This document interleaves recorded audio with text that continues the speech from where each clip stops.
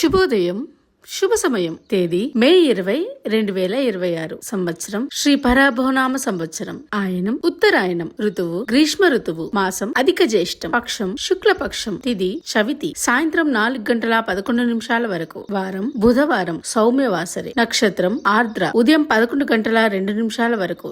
యోగం శూలం. రాత్రి 7:22 వరకు. కరణం వనిజ. ఉదయం 5:33 వరకు. తదుపరి భద్ర.